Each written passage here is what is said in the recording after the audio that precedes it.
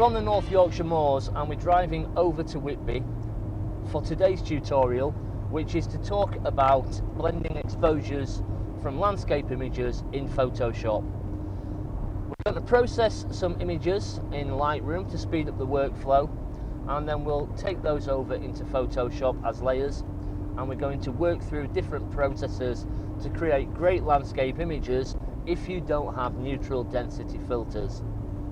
We're also going to take some HDR images and show you how they can be blended with single exposures to really bring out the best opportunities in each photo. Now, the thing is with landscape photography is that generally I do think it is best to try and get the photo as close to possible in terms of correctness in camera. Of course, neutral density filters, polarizing filters, etc., they're all additional expense, and unfortunately photography is quite an expensive hobby. In terms of using blended exposures, there's lots of opportunity to do that in lots of landscape scenes, and whilst this technique can't replace neutral density filters or certainly the effects from a polarizing filter, what it can do is give you the opportunity to create a shot that otherwise wouldn't look anywhere near as good. We're going to be working with tripods today, keeping the camera in the same position. We're going to be keeping the aperture set the same. Landscape photography, as you know, we need greater depth of field, so it's likely to be apertures from f11 upwards, and then we'll be adjusting the shutter speed, keeping the ISO the same to try and get different levels of exposure, and then we'll be layering those in Photoshop and blending through. You'll see some results quite shortly.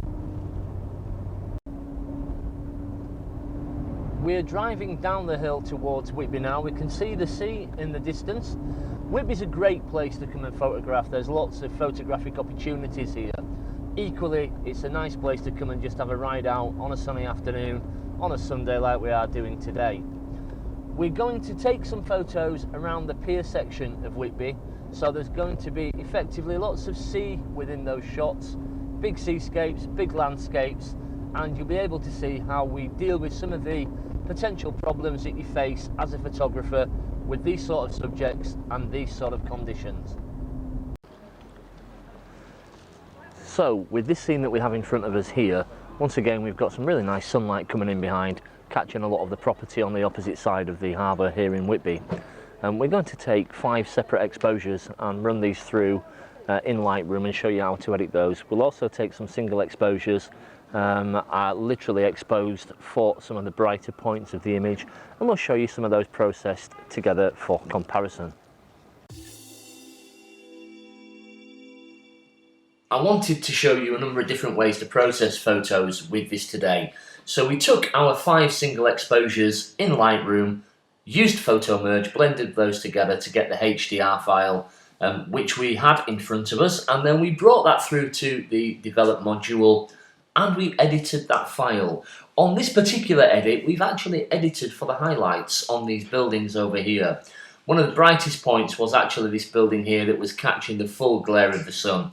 So we've really tried to keep maximum detail in there, but we've adjusted the exposure sliders to drag down the rest of the image and slightly underexpose the sky and water.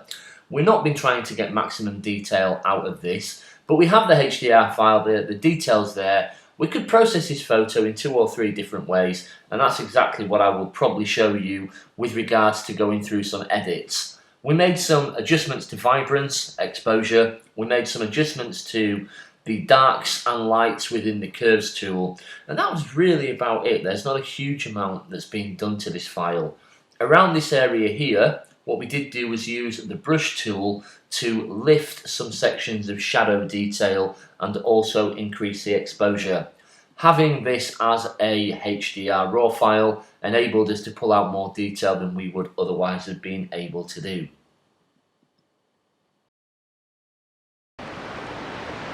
We're here on Whitby Pier and we've got some great sunlight coming in to the side of this shot, coming in across the side of the pier. What we're going to do today is to take a number of different exposures as we work our way up the pier, finally ending up at the end of the pier and then working around, taking some wider angle shots and some seascapes going out. From this section we've got lots of contrast, lots of light. We're going to take some single exposures However, we'll also be taking 3, 4 and 5 exposure shots, blending those together in Lightroom, as well as doing some HDR images in Lightroom as well. And there we go. That's 5 single exposures blended together into a single HDR shot, which is then being processed in Lightroom. We shot that at f14 for sufficient front to back sharpness and depth of field, and made very few edits. Quick white balance adjustment, slight adjustment to clarity. We boosted contrast and saturation a little bit, and literally that was it. The light's absolutely gorgeous now. Look at this. We've got a fabulous sunset coming in. Beautiful cloud detail. The pier looks fabulous. We're so lucky to be here today. Once again, we're setting apertures, looking for the depth of field. We're at f14. We're going to do 3 and 5 different shutter speeds again, blend those through. We'll be seeing you again very shortly. I need to get on and take some photos. We're in Lightroom in the library module, and we're going to show you a couple of different ways to process some of these individual exposures. We've got some files down here, 100, 101 through to 104, all taken at different shutter speeds. Let's select the first file, 100, there we go, and that was taken at f14 and 1/100th of a second. That particular file was exposed more for the sky. As you can see, there's plenty of detail within that photo. Although there's lots of shadow down here, we can't really see a lot of detail in there. Now, had we have had a neutral density filter, we could have held back the sky a lot more and exposed more for the foreground with a slower shutter speed. Once again, the whole point of this tutorial is to show you what to do if that option is not available to you. So let's take that through to the develop module very quickly. And what we're going to do is just quickly make some adjustments to the sky. We can see we've got some sections here that are slightly blown out, so we're going to reduce the highlights and just drag those back. There we go, that's perfect. Now on this sky section here, we don't need to really worry about what's happening down here, so we need to just make some changes to the sky section. So we've got to decide straight away what we want to do. We've got some great light in here. Now, even though this is not a necessity, a very easy way to do this is actually to use a gradient tool again. And I can drag that down over the sky. Once again, I'm not fussed about what's going to happen below the horizon level, because we're going to layer these different exposures in Photoshop and actually just erase this bottom section entirely away. So let's take a look at the sky. Double click the effect button to reset all of the sliders. Now I want to add a little bit more shadow detail, not much, there we go. And I want to start by boosting saturation, and let's see what happens there. We'll bring out more of the blues, more of the reds in that section. That's great. That's a great start. We're also going to adjust the clarity slider, and we'll see what effect that starts to have on the sky. It should just add local contrast. There we go. We have brought back some of the blown highlights, so once again, let's actually just trim those highlights back slightly with that tool.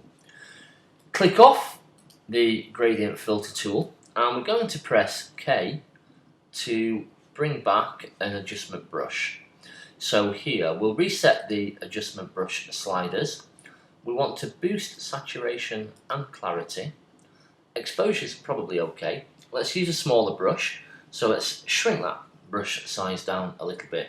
Now here we can see we've got lots of warm light on the underside of these low level clouds, so I'm going to literally just brush across this area, boosting saturation and up into that section there, and clarity. There we go, so let's just see what that looks like. Now that's actually overcooked it a little bit, and we can see here that we've just gone a bit too much on the blues, and it's really the blues that we've got a problem with, so let's reduce that down slightly. There we go, that's a little bit better. We could play around with the temperature adjustment here and actually start to make that a little bit warmer or a little bit cooler to suit our needs. So we'll do that now. Taking the adjustment tool off and the brush off, let's make a curves adjustment. We'll go straight in with a medium contrast curves adjustment to darken down that sky. It's a little bit too dark still, so let's lift a little bit of the dark detail. There we go. And that's starting to look pretty good to me. We're possibly a little bit dark on this side here, so let's go back to the adjustment tool and reset the sliders. Increase exposure, we'll bring that up a little bit, not too much. There we go. And using a large brush, once again, forgetting about what's happening below the skyline here, we'll just bring this back across the shot. Like that. And that's brought out a little bit more detail in this lower section of sky. We can hover over that again, as we know, that starting point, and that's going to show us the areas of the image that we're having an effect on. Let's try and boost exposure a little bit more, see where we are. That's fine. So I'm quite happy with that now, and I would be happy to take that through as a finished image. So we're going to finally just make those last micro adjustments to the actual, sorry, I was working on the adjustment brush there, last micro adjustments to the highlights to retain that detail, and then we will go to File and through to Export, and export that as a TIFF file, which we will then use within Photoshop as one of our layers. When that box comes up, I've created a couple of presets here. We've got a 6000 pixel 300 dpi TIFF image, which we will select and actually take that through. So there you go, that's everything that we need to do for that first layer. Now what we need to do is to reprocess another of these exposures for the lower section of this shot to bring out more detail in the pier and in the water. We're back in the library module on Lightroom, and we've still got our original exposure that we can see edited, number 100, which was done for the sky. We're going to come over and select image 103. Now, image 103 has a much better exposure for the foreground. So what we're going to do is process this file now and take that through into the develop module, and then this will form our secondary layer for Photoshop editing. So let's just wait for that to load. Now, as you can see, we've got immediately stacks of blown highlights within that shot within Lightroom, and we could try and retrieve some of those. We've got a camera which does have lots of dynamic range within there, and it probably will drag a lot of that back. But what we are going to do is take this section here, this lower ground section here, and start to make some edits before we take that through as a TIFF file. So it's actually a little bit overexposed still even there, so we're going to drag the exposure slider down slightly. There we go. And boost some of the shadow detail in the side of that pier. We can be a little bit more creative. We've got some warm light coming through, so we can use the white balance tool to boost the warmth on the water, and we can also boost vibrance at the same time, just to pick up a little bit more local contrast. We'll make some slight curves adjustments. Now there's some white railings down here, we need to be careful not to kind of pick out too much of the whites in there and start to blow out the highlights there. But let's have a little look at where we're going with that. Okay. So we're not going to do a huge amount to this image. As I say, we don't want to get too carried away. I will quickly show you again using the gradient tool actually on this shot. So we're going to drag that up from the bottom. This is effectively just a reverse of the process that we did on the sky, and it just allows me to make a global adjustment all the way across the bottom of that shot. Double click effect, reset the sliders, and let's actually just add some clarity into that image there. So let's have a little look at that. We can see just down here in the bottom section we're starting to pick up some true blacks where the black point is coming in. That's actually kind of okay. I'm kind of happy with that at this moment in time. We still have this section here where the highlights are blown out, so that's something that we do need to have a little look at. So we shall boost saturation slightly again. There you go. Click off the gradient tool, and on the global adjustments where we are here, we shall actually drag those highlights back. Now that's just onto the horizon level where we're going to make some edits in Photoshop. So there we go. I'm quite happy with that again. We're now ready to take that file through to Photoshop, and we'll be able to layer these together, erase the bottom section, and actually see what that final image looks like.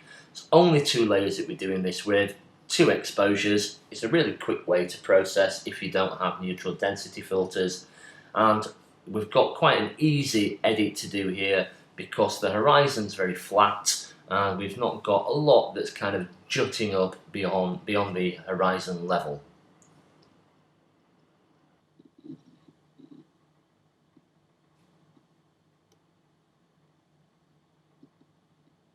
Okay, so here we have our 2 different exposures which we have opened up in Photoshop. We've got the exposure for the sky and the exposure for the foreground.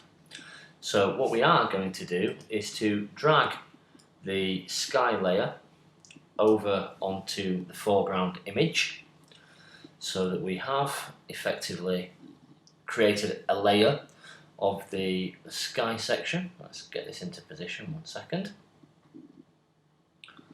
Now once that's in position, let's go a little bit higher there, we can see that we've obviously excluded the foreground layer below, although it's showing here in our layers palette, and we have called that foreground just for ease of use. There's a couple of different ways to remove this section here. The first thing to do on either of these techniques is to create a layer mask in the bottom section here. We can see the layer mask appear on the right hand side layers menu, layers panel. So in terms of what we can do to delete this, I'm going to use the rectangular marquee tool here, and I'm going to bring that across the horizon around there. And from there I'm going to click select, come down, modify, and choose feather, and I'm going to choose around 200 pixels or so in terms of the feathering of the effect at the top of that line where we're meeting the horizon. Now here I'm literally just going to cut that bottom section of the image away, and we can see straight away that that's now revealed the lower half, the foreground section of the image, by taking away the foreground section of the top layer. So we've got a much more balanced exposure there. The question is, are we completely happy with that? Maybe we are, maybe we aren't. What I am going to do is just do a couple of other little edits now, just to finish this image off. I've gone to layer, and I'm going to put adjustment layer and curves, and we're going to go a curves layer over the top of that. We'll call that curves 1. And we're just going to lift a little bit more detail out of the shadows, bring that back slightly, and put a bit of an S-curve into there, like that. So okay.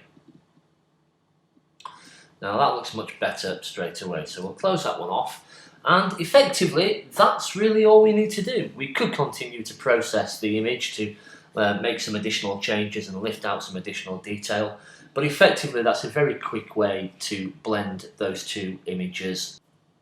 We've got the first of these 2 images here now. We can see the 2 layered exposure, and then we're switching over to the 5 HDR exposure on the second image, and you can see the differences between the 2 there.